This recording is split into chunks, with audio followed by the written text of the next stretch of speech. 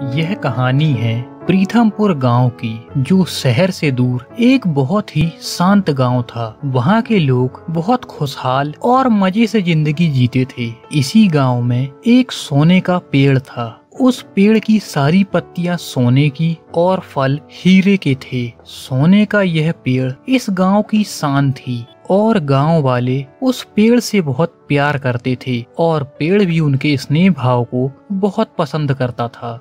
जब भी गांव में किसी को कोई परेशानी होती तो वह इस सोने के पेड़ से आकर अपनी परेशानी बताता और पेड़ उसको कभी अपने सोने की पत्तियां तो कभी अपने हीरे के फल दे दिया करता था और गांव वाले इसको पाकर अपने सारे दुख भूल जाते थे। अरे भैया, भला हो इस सोने के पेड़ का जो अपने गांव में है। अगर ये ना होता तो हम सबका क्या होता। उसी गांव में एक लड़का अनिल रहता था। वह बहुत गरीब मगर एक ईमानदार बच्चा था।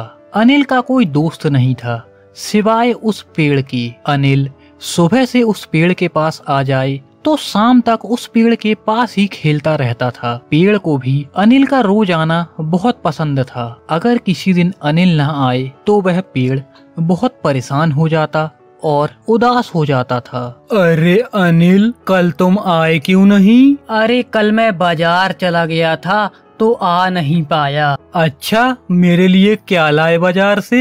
अरे दोस्त, मेरे पास तो पैसे ही नहीं बचे कुछ कि मैं तुम्हारे लिए कुछ ला पाता। अरे तो लो, मैं तुम्हें कुछ हीरे मोती दे देता हूँ जिससे तुम भी बहुत अमीर हो जाओगे। अरे नहीं नहीं दोस्त, मैं जब भी तुम्हारे लिए कुछ लाऊंगा तो अपने पैसों से ही लेकर आऊंगा। एक बार वहाँ किसी दूसरे गांव से दो लकड़हारे आते हैं और वह जैसे ही उस सोने के जादुई पेड़ को देखते हैं तो उन्हें बहुत अचंभा होता है और वह सोचने लगते हैं कि अरे वाह, सोने का पेड़, इसे तो एक बार काट कर बेचने से जिंदगी भर काम नहीं करना पड़ेगा।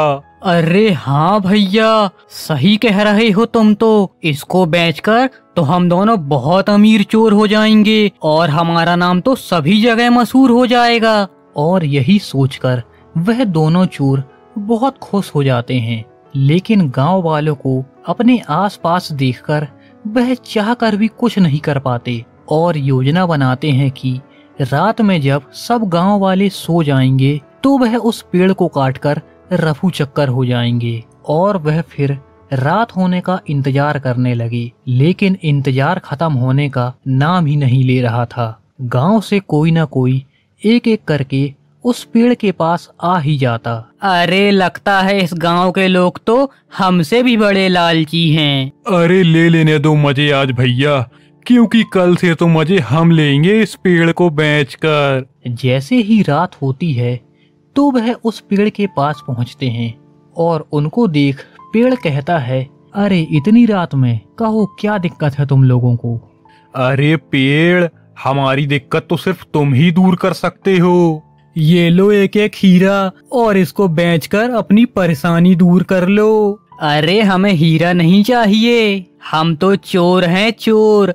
आज तुम्हें काट कर पूरा का पूरा ले जाएंगे। अरे नहीं नहीं, कृपया कर मुझे मत काटो। तुम लोगों को जितने सोना और हीरा चाहिए मैं सब दे दूंगा। कृपया कर मुझे मत काटो। और फिर वे उस पेड़ को काटने लगते हैं। जैसे ही वे दोनों उस पेड़ को काटने लगते हैं तो थोड़ी देर बाद वह पेड़ कट जाता है और एक मामूली सा पेड़ बन जाता है। अरे ये क्या हुआ? ये तो कटने के बाद एक मामूली सा पेड़ बन गया। इसका क्या करेंगे हम लोग? तुम सही बोलते हो, इसको बेचकर कुछ लाभ नहीं होगा। ये तो अब हमारे लिए बेकार हो गया। चलो यहाँ से, हमने फालतू में ही वक्त बर्बाद किया इस पेड़ को काटकर। अब पेड़ वहीं पर मरा पड़ा रहता है और देखते ही देखते सुबह हो जाती है। जब अनिल उस पेड़ के पास आता है तो देखता है पेड़ कटा पड़ा है और वह उसको देखकर रोने लगता है। और रोई भी क्यों ना, उसका एक लौता दोस्त जो उसे समझता था वह अब इस दुनिया में नहीं रहा। अरे ये पेड़ तो आम पेड़ों की तरह लकड़ी का हो गया। अब इसका क्या काम? अब तो ये हमें कुछ भी नहीं दे सकता। अरे हाँ, अब ये ससुरा हमारे का काम का पड़ा पड़ा हमारे गांव की शान खराब कर रहा है। अरे चुप करो एहसान फरामोश, तुम लोगों को ये पेड़ जब तक हीरा देता रहा तो ठीक था, और जब कोई इसे काट के चला गया तो इसे फेंकने की बातें कर रहे हो। अनिल की बातें सुनकर गांव वालों को बहुत बुरा लगता है और वे शर्मिंदा होकर चले जाते हैं, लेकिन अनिल उस पेड़ के पास से हिलता तक नहीं। अरे दोस्त, ये क्या हो गया? तुम्हारे साथ यह किसने किया? बताओ मुझे, मैं छोड़ूंगा नहीं उसे। और वह पूरे दिन उसी पेड़ के पास बैठा रहता और फिर रात हो जाती है।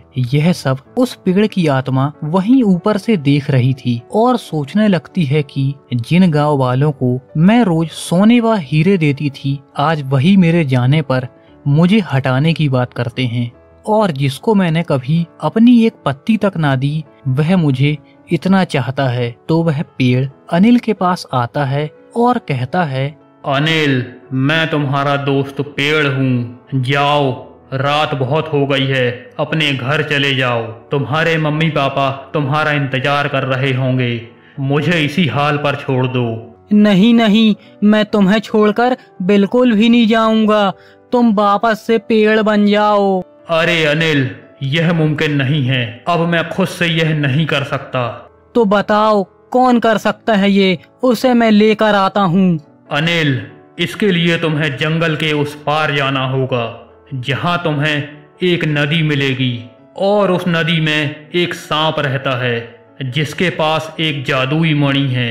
उस मणि को तुम्हें मेरे ऊपर रखना होगा, जिससे कि मैं फिर से पहले जैसा बन जाऊंगा। लेकिन उस नदी के सांप के पास जाना इतना आसान नहीं है। आज तक जो भी इस सांप के पास गया, कोई जिंदा वापस नहीं लौटा। मुझे अपनी चिंता नहीं है, मुझे सिर्फ तुम पहले जैसे चाहिए बस। और फिर अनिल उस मणि को लेने निकल पड़ा, और जैसे ही वह उस सांप के पास पहुंचा और उस सांप को अपनी परेशानी बताई, तो वह सांप अपनी मणि देने को राजी हो गया और कहने लगा कि अनिल, मैंने तुम्हारा दिल देखा है, वह बहुत साफ है। तुमने अपने जान की परवाह किए बगैर अपने दोस्त की जान बचाने के लिए इस मणि को लेने आए हो।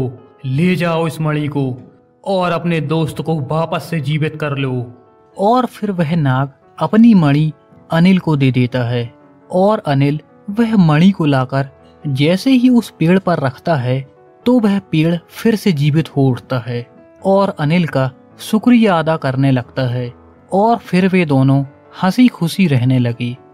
तो यह कहानी कैसी लगी आपको, हमें कमेंट करके बताना ना भूलें, और जल्दी से चैनल को सब्सक्राइब कर लें और बेल आइकन को भी दबा दें, ताकि नई नई कहानियों की वीडियो आपको सबसे पहले मिल जाएं। मिलता हूँ नई कहानी के साथ।